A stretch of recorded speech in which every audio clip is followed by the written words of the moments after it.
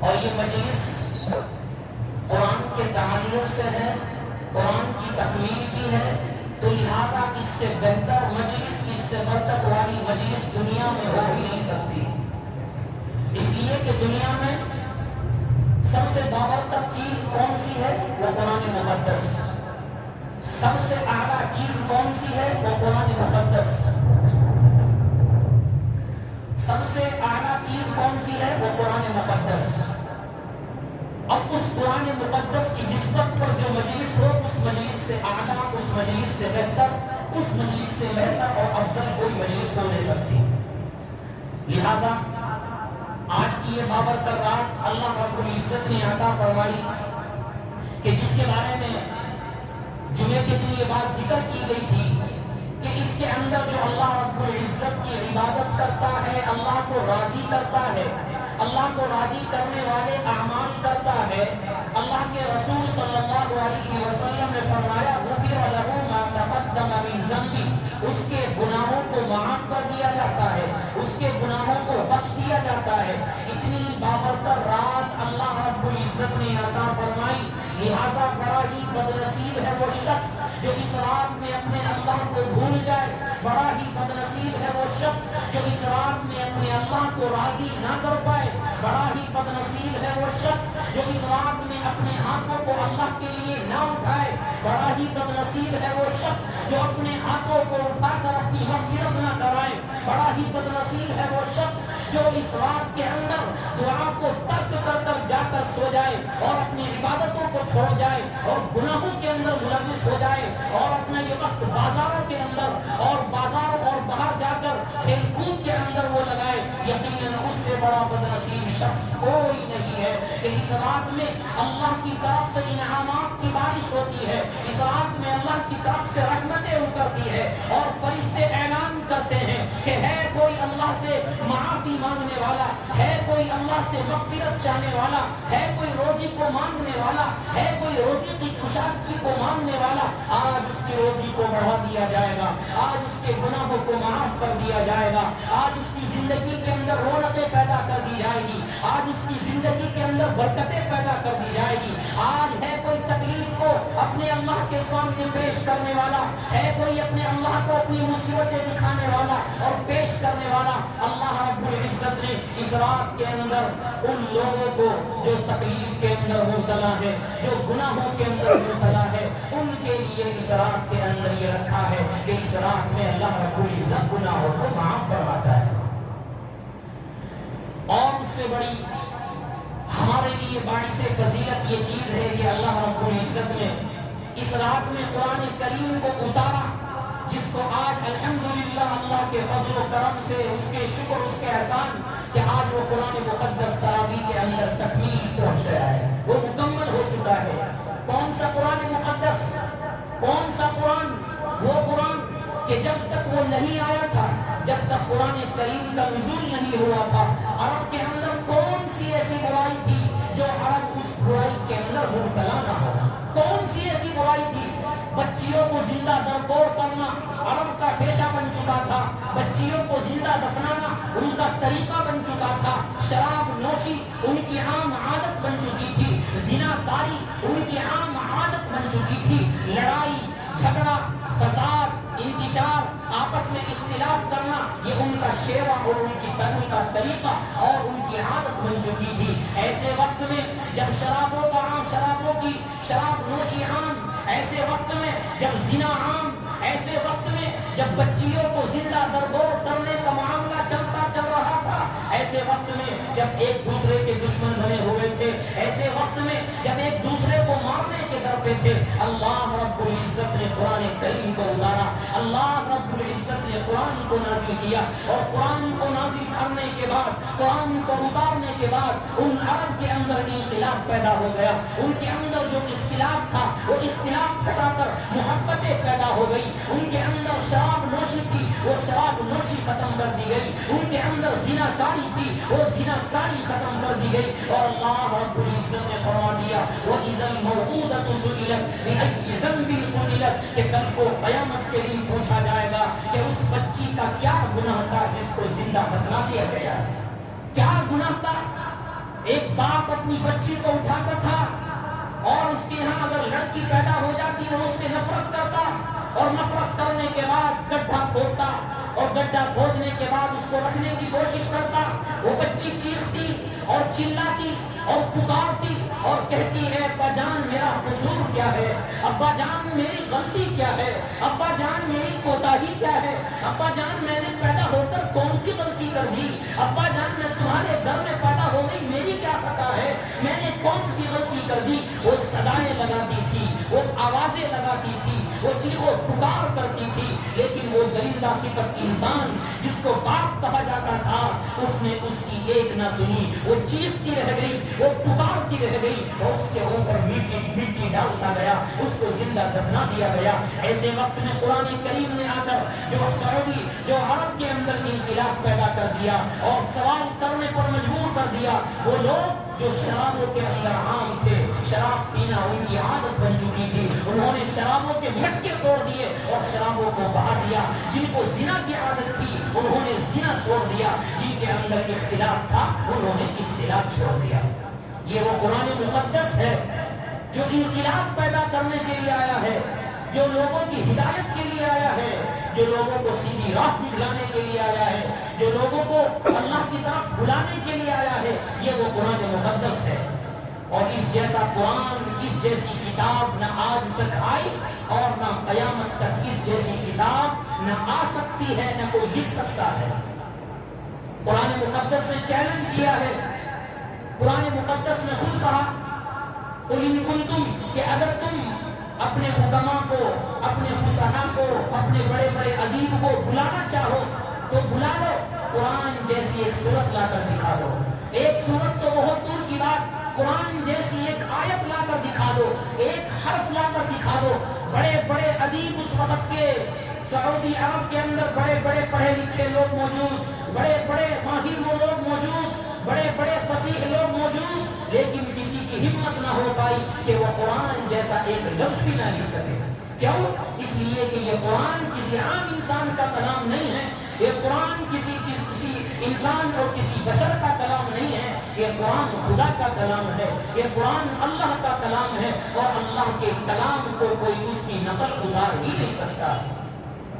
یہ وہ قرآن مقدس دیا اللہ رب العزت نے اللہ کے رسول صلی اللہ علیہ وسلم کو کہ جاؤ اس قرآن کے ذریعے لوگوں کو سمجھاؤ, جاؤ اس قرآن کے ذریعے لوگوں کو ہدایت کی راہ پر لاؤ, جاؤ اس قرآن کے ذریعے لوگوں کو پیغام سناؤ کہ اس قرآن کو سننے کے بعد انسان کا ذہن اور دل اور دماغ اس کی کایا پلٹ جایا کرتی ہے, اس کا دل کے اندر انقلاب پیدا ہو جاتا ہے, اس کا ذہن منتشر ہو جاتا ہے.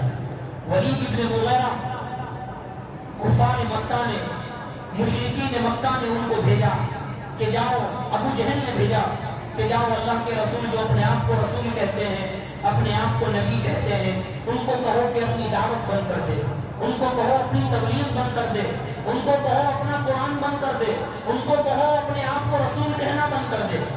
یہ باتیں کس کو کہی ابو جہل نے؟ ولید ابن مغیرہ کو, اور پیغام دیا کہ جاؤ ان کو جا کر سناؤ. ولید ابن مغیرہ جب وہاں پر جاتے ہیں, میرے اور آپ کے آقا صلی اللہ علیہ وسلم تلاوت کے اندر مشغول, چنانچہ وہ ولید ابن مغیرہ کھڑا ہے, میرے اور آپ کے آقا صلی اللہ علیہ وسلم اپنی زبان مبارک سے, اپنی میٹھی زبان سے, اپنی میٹھی زبان سے قرآن کریم کی تلاوت کر رہے ہیں. سوچئے جس پر قرآن اترا ہو وہ خود تلاوت کرتا ہو, اس کی تلاوت کرنے کا مزہ کیا ہوتا ہوگا, اس کے سننے کا مزہ کیا ہوتا ہوگا. میرے اور آپ کے آقا صلی اللہ علیہ وسلم قرآن کریم کی تلاوت کر رہے ہیں. ولید ابن مغیرہ پیغام لے کر آیا تھا, قرآن کو روکنے کے لیے آیا تھا, رسالت کو روکنے کے لیے آیا تھا, دعوت کو روکنے کے لیے آیا تھا, تبلیغ کرنے سے روکنے کے لیے آیا تھا. لیکن جب قرآن وہ سننے لگا, وہ تو آنکھوں سے ٹکٹکی باندھ کر دیکھنے لگا, وہ سوچ پہ پڑ گیا اور اس نے اپنی انگلیوں کو اپنے دانتوں کے اندر رکھی اور سن کر واپس چلا گیا. اللہ کے رسول سے کوئی بات نہیں کی, کوئی دعوت کی بات نہیں کی, کوئی نصیحت کی بات نہیں کی, کوئی روک کی بات نہیں کی. جا کر ابو جہل کے پاس جاتا ہے اور پیغام سناتا ہے. ابو جہل خوش ہو گیا کہ شاید اللہ کے رسول کو منع کر کے آ گیا, شاید اللہ کے رسول کو دعوت سے منع کر کے آ گیا. ولید ابن مغیرہ آتا ہے اور کہتا ہے اے ابو جہل, اے ابو جہل, یاد رکھ جو قرآن جو کتاب میں سن کر آیا ہوں، خدا کی قسم وہ کسی انسان کا کلام ہو ہی نہیں سکتا ہے۔ میں نے جب وہ سنا میری تو دل کی کایا پلٹ گئی اور میں بھی محمد عربی کا غلام بن گیا۔ میں تجھے چھوڑ رہا ہوں، اب میں محمد عربی کا کلمہ پڑھ رہا ہوں۔ یہ وہ قرآن مقدس ہے کہ جس نے بڑے بڑے اسلام کے دشمنوں کی دل کی کایا پلٹ دی، جنہوں نے بڑے بڑے اسلام کے دشمنوں کی زندگی کے اندر انقلاب پیدا کر دیا۔ یہ وہ قرآن مقدس ہے جو کانوں کے اندر بعد میں، دلوں کے اندر اثر پہلے کرتا ہے۔ اس کا اثر کانوں پر بعد میں جائے گا، لیکن اس کا اثر دل کے اندر پہلے پیدا ہوگا۔ آپ محسوس کریں، دنیا کی کوئی کتاب پڑھی جائے، جب اس کو ایک مرتبہ پڑھ لیا جاتا ہے، 2 مرتبہ پڑھ لیا جاتا ہے، تو انسان اس کو اٹھا کر رکھ دیتا ہے، نہ پڑھنے کی کوشش کرتا ہے نہ سننے کی کوشش کرتا ہے۔ لیکن قرآن ایسی کتاب ہے کہ آج سے 1400 سال پہلے جب یہ اترا تھا، اس وقت سے پڑھی جا رہی ہے، اور آج تک بھی تراویح کے اندر بھی پڑھی جا رہی ہے، نمازوں کے اندر اس کو پڑھا جاتا ہے، وتر کے اندر اس کو پڑھا جاتا ہے، نوافل میں اس کو پڑھا جاتا ہے، اور تلاوت میں اس کو پڑھا جاتا ہے۔ لیکن اس کو پڑھنے والا کبھی بور نہیں ہو سکتا، اس کو سننے والا کبھی بور نہیں ہو سکتا۔ سنتے سنتے پوری زندگی گزر گئی، سنتے سنتے پوری زندگی ختم ہو جاتی ہے، لیکن قرآن کے پڑھنے کا جو مزہ اس کو ملتا ہے اور قرآن کے سننے کا جو اس کو مزہ ملتا ہے، دنیا کی کسی کتاب میں وہ مزہ نہیں ہے، دنیا کی کسی کتاب میں وہ رونق نہیں ہے۔ یہ وہ قرآن مقدس کہ جس کے بارے میں میرے اور آپ کے آقا صلی اللہ علیہ وسلم نے حکم فرمایا کہ جو انسان قرآن کریم کو پڑھتا ہے اور قرآن کریم کو حفظ کرتا ہے، وہ کل کو قیامت کے دن 10 ایسے آدمیوں کو جنت دلائے گا جن کے جہنم میں جانے کا اعلان ہو چکا ہے۔ کتنی بڑی فضیلت! ایک حافظ قرآن کی فضیلت خود تو اللہ رب العزت اس کو جنت میں ڈالے گا ہی، لیکن اللہ اس کی سفارش کو بھی قبول کرے گا اور کہے گا، اے حافظ قرآن، تو نے قرآن کی تلاوت کی ہے، تو نے میرا کلام دنیا کے اندر پڑھا ہے، تو نے دنیا کے اندر میرا کلام لوگوں کو سنایا ہے، لوگ بڑے اچھے سے سنتے تھے، تو بھی بڑے اچھے سے قرآن کریم کی تلاوت کیا کرتا تھا۔ جا، آج میں تجھے یہ حق دے رہا ہوں کہ 10 ایسے لوگ جن کو تو چاہے گا تیری مرضی کے مطابق، تیرے کہنے کے مطابق ان کو جنت کے اندر داخل کر دیا جائے گا۔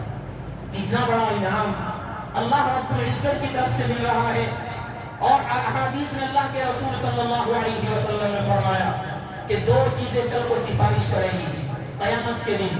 کیا؟ قرآن مقدس اور روزہ۔ قیامت کے دن قیامت کا منظر ہوگا، نفسی نفسی کا عالم ہوگا، ایسے وقت میں جہاں پر ہر انسان پریشان، ہر انسان حیران ہوگا کہ کسی طرح میری بخشش ہو جائے، کسی طرح میری مغفرت ہو جائے۔ نہ اپنے باپ کو دیکھے گا، نہ اپنے بیٹوں کو دیکھے گا، نہ اپنی بیوی کو دیکھے گا، نہ اپنے بچوں کو دیکھے گا، نہ اپنے رشتہ دار کی پرواہ کرے گا، کسی کی پرواہ نہیں کرے گا۔ وہاں پر اپنی اپنی پڑی ہوگی، وہاں پر نفسی نفسی کا عالم ہوگا۔ ایسے وقت میں جب ایک انسان گنہگار ہوگا اور وہ گناہ کے اندر ملوث ہوگا، لیکن اس نے رمضان کے روزے رکھے ہوں گے، وہ روزے کھڑے ہو جائیں گے اور وہ روزے سفارش کریں گے کہ اے اللہ، یقیناً یہ بندہ گنہگار تھا، یقیناً اس نے گناہ کیے تھے، لیکن جب رمضان المبارک کا مہینہ آتا تھا، یہ تیری روزی، تجھے راضی کرنے کے لیے، تجھے خوش کرنے کے لیے گرمی کی شدت کے اندر پیاس کو بھی برداشت کرتا تھا، گرمی کی شدت کے اندر بھوک کو برداشت کیا کرتا تھا، یہ وضو تو کرتا تھا،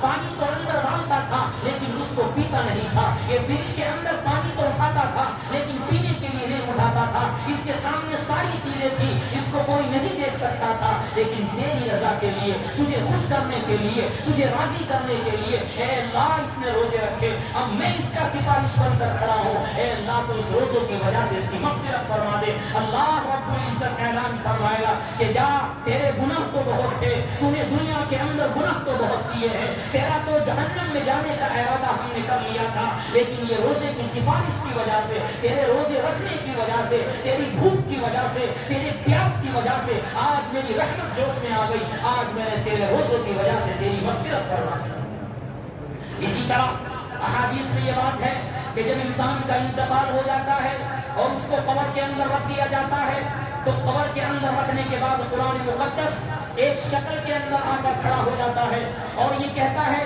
فرشتے سے کہ اس سے سوال کرنے کی ضرورت نہیں ہے، اس سے سوال کرنے کی ضرورت نہیں ہے، اگرچہ اس نے گناہ کیے ہیں لیکن یہ میری تلاوت کیا کرتا تھا، اگرچہ اس نے گناہ کیے ہیں لیکن یہ مجھے پڑھا کرتا تھا۔ وہ قرآن مقدس اللہ کے سامنے سفارش بن کر کھڑا ہوتا ہے۔ اللہ رب العزت اس قرآن کی سفارش کو بھی قبول فرماتے ہیں اور اللہ رب العزت اس قرآن کی برکت سے اس کی بھی مغفرت فرما دیتے ہیں۔ یہ وہ قرآن مقدس ہے جس کا ایک ایک لفظ بابرکت ہے، ایک ایک حرف بابرکت ہے، ایک ایک آیت اس کی رحمت والی ہے، ایک ایک آیت اس کی برکت والی ہے۔ جو انسان اس سے تعلق کو قائم کر لیتا ہے، جو انسان اس سے اپنی زندگی کو جوڑ لیتا ہے، اللہ رب العزت دنیا اور آخرت میں اس کو فلاح اور کامیابی عطا فرماتے ہیں۔ لہذا آج کا یہ موقع قرآن مقدس کے تعلق سے ہے اور ہم یہاں پر اس لیلۃ القدر کے اندر یہ پیغام لے کر جانا ہے کہ ہمیں اپنی زندگی کے اندر اس قرآن کو لانا ہے، ذکر کے ذریعے بھی، تلاوت کے ذریعے بھی اور اس پر عمل کے ذریعے بھی ہمیں قرآن مقدس کی تلاوت بھی کرنی ہے اور جو ہے اس کو کیا ہے عمل بھی کرنا ہے۔ کتابوں کے اندر لکھا ہے کہ ایک مرتبہ کہیں پر کسی قبر کو کھودا جا رہا تھا، اچانک کیا دیکھتے ہیں ایک قبر بہت پرانی جس کی مدت تقریباً 25 یا 30 سال ہو چکے ہیں، اتنی پرانی قبر، اچانک کیا ہے کہ وہاں سے خوشبو آ رہی ہے۔ قبر کھودنے والے حیران، اتنی پرانی قبر اور وہاں سے خوشبو آ رہی ہے، کس کی قبر ہے؟ پتہ کیا گیا کہ کس کی قبر ہے، کون ہے یہ شخص کہ جس کی قبر سے خوشبو آ رہی ہے، کون ہے یہ شخص جس کی قبر سے خوشبو پھول رہی ہے، کون ہے یہ شخص جس کی قبر سے مہک آ رہی ہے؟ لوگوں نے پتہ کیا، بتایا گیا کہ فلاں آدمی ہے، فلاں جگہ ہے، وہاں پر وہ شخص رہتا ہے۔ چنانچہ وہ لوگ گئے، جا کر ان کے رشتے دار اور ان کے گھر والوں سے معلوم کیا کہ تمہارے فلاں کا کب انتقال ہوا تھا، کہ اتنے سال ہو گئے انتقال ہو گیا تھا، کہ آخر ان کا عمل کیا تھا؟ کوئی ایک عمل ایسا بتاؤ جو انہوں نے اللہ کے لیے کیا ہو، کوئی ایک عمل ایسا بتاؤ جو انہوں نے اللہ کو راضی کرنے کے لیے کیا ہو۔ گھر والے کہنے لگے کہ عمل تو کوئی خاص نہیں، وہی نمازیں، ذکر اذکار جو سب کرتے ہیں، کوئی خاص عمل سمجھ میں نہیں آ رہا ہے۔ لوگوں نے پھر پوچھا کہ یاد کرو کوئی عمل تو بتاؤ، کوئی ایسا خاص عمل رہا ہو جس کا تمہیں علم بھی نہ ہو، کوئی خاص عمل رہا ہو۔ تو انہوں نے کہا ہاں یاد آیا، ایک عمل بہت خاص تھا، کیا کہ ان کو قرآن مقدس تو پڑھنا نہیں آتا تھا، قرآن کریم تو سیکھے ہوئے نہیں تھے، لیکن اتنا تھا جب فجر کی نماز پڑھنے کے بعد وہ گھر آتے تھے اور گھر میں قرآن مقدس الماری کے اندر رکھا ہوا تھا، اس قرآن کو اٹھاتے تھے، اس قرآن کو کھولتے تھے اور اس کو چومتے تھے اور قرآن کریم پر اپنی انگلی رکھتے تھے اور یہ کہتے تھے اے اللہ جو لکھا ہے مجھے نہیں پتا کیا لکھا ہے، لیکن جو لکھا ہے سچ لکھا ہے۔ اے اللہ مجھے نہیں پتا کیا لکھا ہے، لیکن جو لکھا ہے وہ سچ لکھا ہے، جو لکھا ہے وہ حق لکھا ہے۔ یہ ان کا عمل تھا۔ وہ لوگ سمجھ گئے کہ بس یہی عمل ہے کہ اللہ رب العزت کو قرآن سے ان کو اتنی محبت تھی کہ قرآن پڑھنا نہیں جانتے تھے، قرآن کی تلاوت نہیں جانتے تھے، لیکن قرآن کریم کو دیکھ کر اپنی آنکھوں سے چومتے تھے اور اس پر انگلی پھیرتے تھے اور یہ کہتے تھے اے اللہ یہ بھی سچ ہے، اے اللہ یہ بھی سچ ہے۔ ان کو قرآن سے اتنی محبت تھی، اللہ نے اس محبت کی وجہ سے آج ان کی قبر کے اندر خوشبو پیدا کر دی۔ یہ وہ قرآن مقدس ہے جو زندگیوں کے اندر انقلاب پیدا کرتا ہے۔ یہ وہ قرآن مقدس ہے جو زندگیوں کے اندر جو ہے قرآن مقدس انقلاب پیدا کرتا ہے۔ حضرت عمر رضی اللہ تعالی عنہ کی زندگی آپ دیکھیے، اسلام لانے سے پہلے اسلام کے دشمن، اللہ کے نبی کے دشمن، ارادہ کر لیا کہ اللہ کے نبی صلی اللہ علیہ وسلم کو قتل کرنا ہے، اللہ کے نبی صلی اللہ علیہ وسلم کا سر تن سے جدا کرنا ہے۔ ارادہ کر لیا، عزائم کر لیے۔ جب ارادہ کر لیا، تلوار ہاتھ میں اٹھائی اور اللہ کے نبی کو قتل کرنے کے لیے جا رہے ہیں۔ راستے میں ایک صحابی ملے، پوچھا ہے عمر کہاں جا رہے ہو؟ کہا کہ میں اللہ کے نبی جو اپنے آپ کو نبی کہتے ہیں ان کا سر تن سے جدا کرنے جا رہا ہوں، ان کو قتل کرنے جا رہا ہوں۔ کہ اچھا کیا تم ان کے اسلام کو نہیں مانتے؟ فرمایا نہیں۔ کیا تم ان کی نبوت کو نہیں مانتے؟ فرمایا نہیں۔ کیا ان پر جو قرآن اترا ہے اس کو نہیں مانتے؟ فرمایا نہیں۔ کہ پہلے اپنے گھر تو جا کر سدھارو۔ تمہاری بہن تو دیکھو قرآن کریم کی تلاوت کر رہی ہے، نمازیں پڑھ رہی ہے، پہلے اس کو تو سدھارو۔ وہ نبی کے راستے پر چل رہی ہے، وہ نبی کی باتوں پر عمل کر رہی ہے، وہاں بعد میں جانا، اپنے گھر پہلے جاؤ۔ حضرت عمر نے کہا اچھا کیا میری بہن قرآن کریم کی تلاوت کرتی ہے، نمازیں پڑھتی ہے، نبی کے دین پر چلتی ہے؟ راستہ تبدیل کر لیا۔ وہ راستہ جو پہلے نبی کو قتل کرنے کے لیے جا رہا تھا، وہ تلوار جو پہلے نبی کو قتل کرنے کے لیے جا رہی تھی، اب راستہ تبدیل ہو گیا۔ اپنے گھر کے اندر جاتے ہیں اور دیکھتے ہیں کہ بہن فاطمہ تلاوت کر رہی ہے، قرآن مقدس پڑھ رہی ہے۔ طٰہٰ مَا أَنزَلْنَا عَلَيْكَ الْقُرْآنَ لِتَشْقَىٰ إِلَّا تَذْكِرَةً لِمَن يَخْشَىٰ۔ یہ آیت پڑھ رہی ہے، 4-5 آیتیں جب یہ پڑھی اور حضرت عمر رضی اللہ عنہ نے یہ اپنے کانوں سے قرآن کریم کی تلاوت سنی، زندگی کے اندر انقلاب پیدا ہو گیا، دل کی کایا پلٹ گئی اور کہا اے بہن یہ قرآن مقدس جیسا تو آج تک میں نے نہیں سنا، اس جیسا کلام تو میں نے آج تک نہیں سنا، جا اب تو پڑھتی جا، میں سنتا جاؤں گا، اب میں بھی تیرا دین قبول کرتا ہوں، اب میں بھی نبی کا دین قبول کرتا ہوں۔ وہاں سے آتے ہیں اور اللہ کے نبی صلی اللہ علیہ وسلم کے پاس جاتے ہیں، صحابی ڈر گئے، کہنے لگے اللہ کے نبی عمر آ رہے ہیں، تلوار ہاتھ میں ہے، شاید آپ کو قتل کرے۔ اللہ کے رسول صلی اللہ علیہ وسلم نے فرمایا نہیں، عمر نہیں آ رہے ہیں، آج عمر کو رات کی دعا لا رہی ہے، آج وہ قتل کرنے کے لیے نہیں، آج وہ سب کو جھکانے کے لیے آ رہے ہیں، آج وہ میرا کلمہ پڑھنے کے لیے آ رہے ہیں۔ حضرت عمر رضی اللہ عنہ آتے ہیں اور کہتے ہیں یا رسول اللہ، یا نبی اللہ، اے آپ اللہ کے نبی ہیں، آپ اللہ کے رسول ہیں، آپ سچے ہیں، آپ کا قرآن سچا ہے، آپ کا اسلام سچا ہے، آپ حق پر ہیں، میں آپ کو قتل کرنے کے لیے نہیں آیا ہوں، میں تو آپ کے سامنے سر کو جھکا کر آپ کا کلمہ پڑھنے آیا ہوں۔ یہ وہ قرآن ہے جس میں حضرت عمر جیسی شخصیت کی، جو اسلام کے دشمن، نبی کے دشمن تھے، ان کی زندگی کس نے بدل دی؟ وہ قرآن مقدس ہے۔ ان کے دل کی کایا جس نے بدل دی وہ قرآن مقدس ہے۔ ان کے دل کی کایا اور کشتی جس نے پلٹ دی وہ قرآن مقدس ہے۔ یہ وہ قرآن ہے کہ جس نے زندگیوں کے اندر انقلاب پیدا کر دیا۔ لہذا ہم سب کی ذمہ داری ہے کہ اپنے بچوں کو قرآن سے آراستہ کرے، اپنے بچوں کو قرآنی تعلیم سے آراستہ کرے۔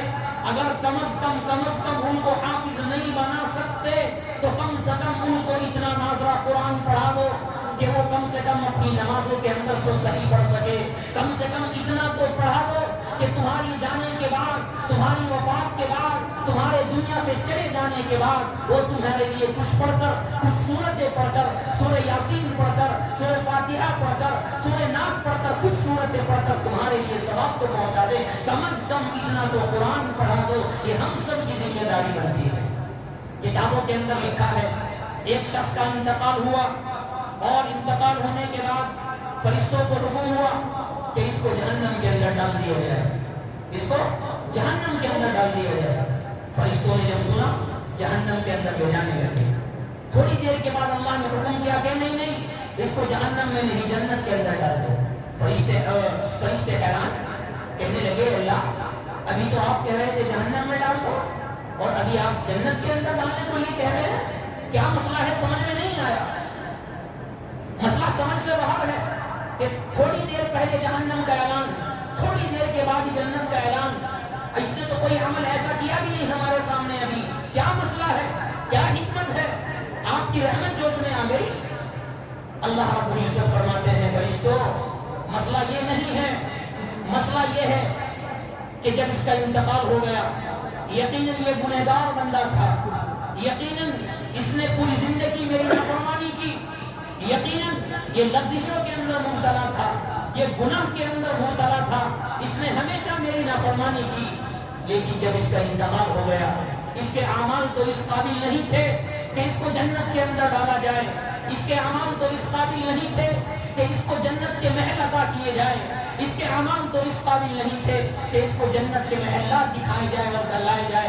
لیکن ایک عمل ہوا ہے اس کی وفات کے بعد، کیا کہ اس کی وفات کے بعد اس کا ایک بچہ تھا، اس بچے کو اس کی بیوی نے اس کے مرنے کے بعد پڑھنے کے لیے مکتب کے اندر بھیج دیا۔ وہ چھوٹا سا بچہ ہے جس کو ابھی بولنا صحیح سے نہیں آتا، وہ چھوٹا سا بچہ ہے جو مکمل طور پر اپنی بات کو سمجھا نہیں سکتا، لیکن جب وہ استاد کے پاس بیٹھ کر بسم اللہ الرحمن الرحیم اس نے پڑھا، میری رحمت جوش میں آ گئی اور میری رحمت کے جوش کی انتہا ہو گئی، اور میں نے یہ سوچا ہے کہ جس کا بچہ مجھے اپنی ننھی زبان سے رحمان پکارتا ہو، جس کا بچہ اپنی ننھی زبان سے مجھے رحیم پکارتا ہو، اور بسم اللہ الرحمن الرحیم اپنی توتلی زبان سے مجھے رحمان اور رحیم رہ کر پکارتا ہو، میری رحمت نے گوارا نہ کیا کہ میں اس کے والد کو جہنم میں ڈالوں، اس لیے میں نے اپنا ارادہ، میں نے اپنے عزائم بدل دیے کہ جس کا بچہ مجھے رحمان کہہ کر پکار رہا ہے، جس کا بچہ مجھے رحیم کہہ کر پکار رہا ہے، میں اس کے والد کو جہنم میں جانے نہیں دوں گا۔ اللہ رب العزت صرف ایک بسم اللہ پڑھنے کی وجہ سے والد کی مغفرت فرما دیتے ہیں۔ اس سے اندازہ لگاؤ کہ اگر بچے قرآن کے حافظ بن جائے یا قرآن کو نازلہ پڑھ لے تو والد کو کیا مقام ملے گا، اس سے اندازہ کیجیے۔ ہم اپنے بچوں کے لیے، اپنی اولادوں کے لیے دنیا کے اندر کتنی تکلیفیں اور کتنی پریشانیاں اٹھاتے ہیں، محلات بناتے ہیں، گھر بناتے ہیں، ان کے لیے شادیوں کا انتظام سب کرتے ہیں دنیا کے لیے، لیکن کبھی ہم یہ نہیں سوچتے کہ ہمارے جانے کے بعد ہمارے لیے کیا بچا ہے، ہمارے جانے کے بعد ہمیں کیا فائدہ ہونے والا ہے۔ زندگی تو چلے گی، چل رہی ہے، اوپر نیچے ہوتی رہتی ہے، اللہ کھانے کے لیے دے رہا ہے، لیکن کل کو جب ہماری آنکھ مٹ جائے گی، ہم اس دنیا سے چلے جائیں گے، یہ محلات میرے کام آنے والے نہیں ہیں، یہ گھر میرے قبر میں کام آنے والے نہیں ہیں، میرے لیے قبر کے اندر میرے اعمال کام آنے والے ہیں، یا پھر میں نے اپنے بچوں کو اگر نیکی کی دعوت دی ہوگی، میں نے اپنے بچوں کو نیک بنایا ہوگا، یہ میرے لیے دعائیں کریں گے، قرآن پڑھیں گے، مجھے اس کا ثواب پہنچے گا، مجھے یہ فائدہ ہونے والا ہے۔ لہذا ضرورت ہے ہمیں یہ لیلۃ القدر، یہ قرآن کی تکمیل، یہ قرآن کو پڑھنا اور اس کا پورا ہونا اور اس کا سننا، یہ ہم سب کو پیغام دیتا ہے۔ اپنے بچوں کو قرآن کریم کی تلاوت سے جوڑو، اپنے بچوں کو قرآن کریم سکھاؤ، اپنے بچوں کو جب قرآن سے جوڑو گے تمہارے گھروں کے اندر بھی رحمتیں آئے گی، تمہارے گھروں کے اندر بھی برکتیں آئے گی، رحمتوں کا برکتوں کا شمول ہوگا۔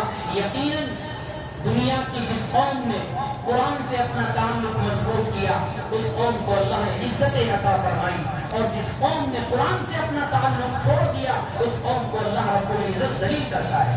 آج ہم یہ سمجھتے ہیں کہ قرآن کریم اتنا تاثیر والا قرآن کتاب ہے، اتنی تاثیر والی کتاب ہے، آخر ہمارے دلوں پر اثر کیوں نہیں ہوتا؟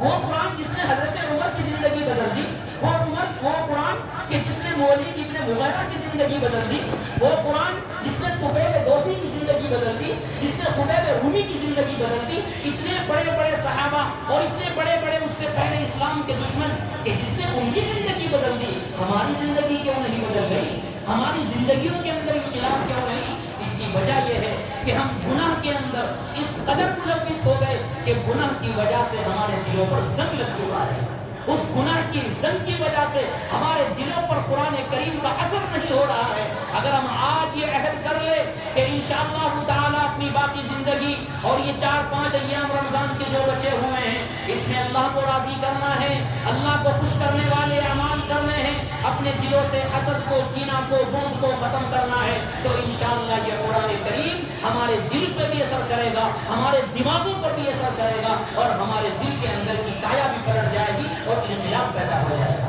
تو آج کا یہ پیغام لیلۃ القدر کے اندر ہمیں ضرورت ہے اس بات کی، ہم اپنے آپ بھی بچوں کو جوڑیں اور اپنے آپ بھی جڑنے کی کوشش کریں اور اپنے بچوں کو بھی تعلیم اور قرآن سے جوڑنے کی کوشش کریں۔ ہمارا ایک مسئلہ ہے، ہم صبح کو اٹھ جاتے ہیں لیکن اپنے بچے سوتے ہوئے تھے اس کو اٹھانے کی کوشش نہیں کرتے۔ یہ بات ذہن میں رکھے، ایک دور تھا جب بچے والدین سے ڈرتے تھے۔ بچے کس سے ڈرتے تھے؟ والدین سے ڈرتے تھے۔ آج معاملہ الٹا ہے، آج والدین بچوں سے ڈرتے ہیں۔ آج پہلے دور تھا بچوں کو ڈر تھا میرے والد مجھے ایسا کہہ دے گا، اگر میں نے یہ غلطی والد ٹوک دے گا، اگر میں نے یہ گناہ کر لیا والد مارے گے، اگر میں نے یہ گناہ کر لیا فلاں۔ آج معاملہ الٹا ہے، ماں باپ کو ڈر ہو چکا ہے کہیں میرا بیٹا مجھ سے روٹ کر نہ چلا جائے۔ آج یہ دور آ چکا ہے، والدین کو ڈر ہو گیا، اولاد کو ڈر نہیں، اولاد کو ڈر نہیں ہے کتنے واقعات ہیں آپ کو معلوم ہے. ابھی چنئی کا واقعہ ہے 3-4 مہینے کا. ایک لڑکی اپنے گھر سے بھاگ گئی اور کس کے ساتھ شادی کی؟ کافرہ کے ساتھ, کافر شخص کے ساتھ. ابھی کا 3-4 مہینے کا واقعہ ہے. وہ واقعہ کیا ہوا؟ وہ بھاگ گئی اس کے ساتھ. بھاگنے کے بعد والدین کو معلوم ہو گیا کہ فلاں جگہ پر ہے, فلاں تھانے کے اندر ہے, فلاں پولیس کی کسٹڈی میں ہے. والدین وہاں پر جاتے ہیں.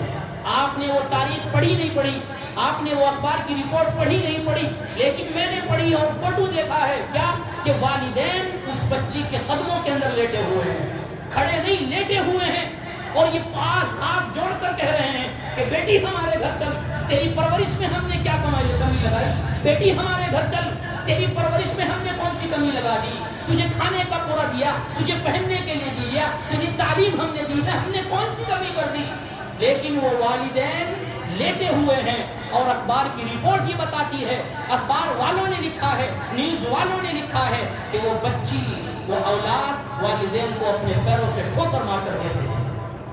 یہ دن آپ دیکھنے کو مل رہے ہیں کہ والدین کو ٹھوکریں ماری جا رہی ہے. کیا اللہ کی رحمتیں ایسے آئے گی؟ کیا اللہ کی برکتیں ایسے آئے گی؟ کیا بارشوں کا نزول ایسے ہوگا؟ کیا اللہ کی رحمتیں ایسے آئے گی؟ کیا رزق کے اندر فراوانی ایسے آ جائے گی؟ نہیں آ سکتی, نہیں آ سکتی. یہ والدین کی کمی ہے کہ اپنے بچوں کو دین کی طرف نہیں لاتے. یہ والدین کی کمی ہے کہ اپنے بچوں کی طرف ذہن نہیں کرتے. اگر آج والدین اپنے بچوں پر کنٹرول کر لے تو دنیا کا نقشہ بدل جائے گا. کیونکہ جب والدین اپنے بچوں پر کنٹرول کر لیں گے, ہر گھر کا احوال اچھا ہو جائے گا, ہر گھر کی حالت اچھی ہو جائے گی. اور جب گھر کی حالت اچھی ہو جائے گی, معاشرے کی حالت اچھی ہو جائے گی. اور جب معاشرے کی حالت اچھی ہو جائے گی تو زندگیوں کے اندر انقلاب پیدا ہو جائے گا. تو ضرورت ہے ہمیں کہ یہ قرآن ہمیں پیغام دیتا ہے.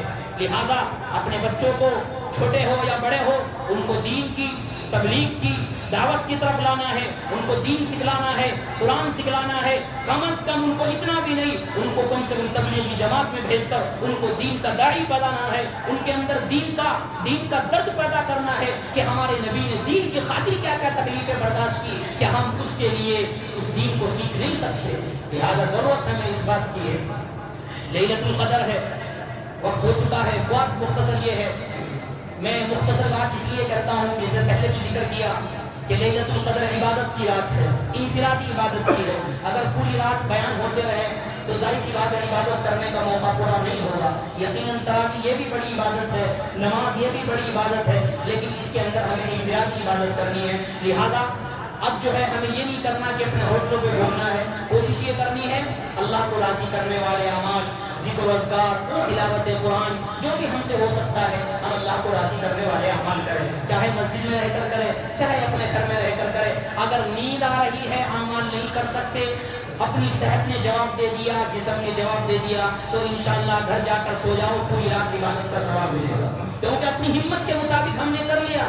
اب ہم یہ کہہ سکتے ہیں اللہ جتنی میری ہمت تھی میں نے عبادت کی ہے, تو ہو سکتا ہے کہ اللہ رب العزت اس کی وجہ سے ہماری مغفرت فرما دے. انشاءاللہ کوشش کریں کہ ہوٹلوں پہ, بازاروں میں اب نہ جائیں. یہاں سے دعا سے فارغ ہونے کے بعد گھروں کے اندر عبادت کرنا چاہے گھروں کے اندر جائیں, نہیں تو مسجدوں کے اندر عبادت کرنا چاہے انفرادی طور پر اپنی اپنی عبادت کے اندر مشغول ہو جائیں. تلاوت قرآن کرے, سورہ یاسین پڑھے, نوافل پڑھے, جو پڑھنا چاہے اللہ کو راضی کرنے والے اعمال پڑھے. ایک آخری بات عرض کرنی ہے. ابھی اثر کے بعد مجھے ذمہ دار صاحب نے بتایا کہ پرسوں کو یعنی پیر کے دن سورج گرہن ہونے والا ہے. یعنی کچھ باتیں سورج گرہن کے تعلق سے. مختصر بات یہ ہے کہ سورج گرہن ہو یا چاند گرہن ہو, اللہ کے رسول صلی اللہ علیہ وسلم نے اس کے تعلق سے فرمایا کہ اللہ کی نشانیوں میں سے ایک نشانی ہے. کیا فرمایا؟ سورج گرہن, چاند گرہن یہ اللہ کی نشانیوں میں سے ایک نشانی ہے. سورج کو گرہن جب لگتا ہے جب زمین اور سورج کے بیچ میں چاند آ جاتا ہے. جب چاند بیچ میں آ گیا تو سورج کی جو نورانیت ہے اور اس کی جو شعاعیں ہیں وہ ذرا کم پڑ جاتی ہے, پھیکی پڑ جاتی ہے, کیونکہ بیچ میں کیا آ گیا؟ چاند آ گیا. چاند کے آنے کی وجہ سے سورج کی جو تپش ہونی چاہیے, سورج کی جو شعاع ہونی چاہیے وہ کم پڑ جاتی ہے, جس کو ہماری زبان میں گرہن لگنا کہتے ہیں. بہرحال ہمیں یہ سمجھنا ہے کہ گرہن یہ اللہ کی نشانیوں میں سے ایک نشانی ہے. اللہ بتلانا یہ چاہتا ہے اس سے کہ جو سورج کو نکال سکتا ہے، جو سورج کی روشنی کو لا سکتا ہے، وہ سورج کی روشنی کو پھیکا بھی کر سکتا ہے۔ اللہ بتلانا یہ چاہتا ہے کہ جو سورج کے ذریعے دنیا کو چمکا سکتا ہے، وہ اس سورج کی روشنی کو بھی ختم کر سکتا ہے۔ اس کے قبضۂ قدرت میں سب کچھ ہے، سمجھ گئے؟ اسی طرح ہمیں یہ بات یاد رکھنی ہے، اللہ کے رسول صلی اللہ علیہ وسلم کے دور میں جب آپ کے بیٹے حضرت ابراہیم کا انتقال ہوا، چھوٹے بچے، یقیناً بڑا غمزدہ واقعہ ہے۔ جب آپ کے بیٹے کا انتقال ہوا تو اسی دن سورج گرہن لگ گیا، تو عرب کے اندر یہ بات پھیل گئی کہ سورج گرہن جب ہوتا ہے جب کسی بڑے آدمی کی وفات ہو جائے، بڑے آدمی کی وفات ہو جائے، یا بڑے آدمی کی زندگی کے اندر کچھ الگ سے کوئی چیز ہو جائے، یعنی بڑے آدمی کے یہاں کوئی خوشی ہو یا غمی ہو، جب جا کر کیا ہوتا ہے؟ سورج گرہن ہوتا ہے۔ یہ عقیدہ ان کا تھا۔ اللہ کے رسول صلی اللہ علیہ وسلم نے اس عقیدے کی تجدید فرمائی اور فرمایا کہ یہ مسئلہ نہیں ہے، سورج اور چاند اور یہ سورج گرہن ہونا، چاند گرہن ہونا، یہ اللہ کی نشانیوں میں سے ایک نشانی ہے۔ یہ کسی کی موت کی وجہ سے نہیں لگتا، یہ کسی کی خوشی کی وجہ سے نہیں لگتا۔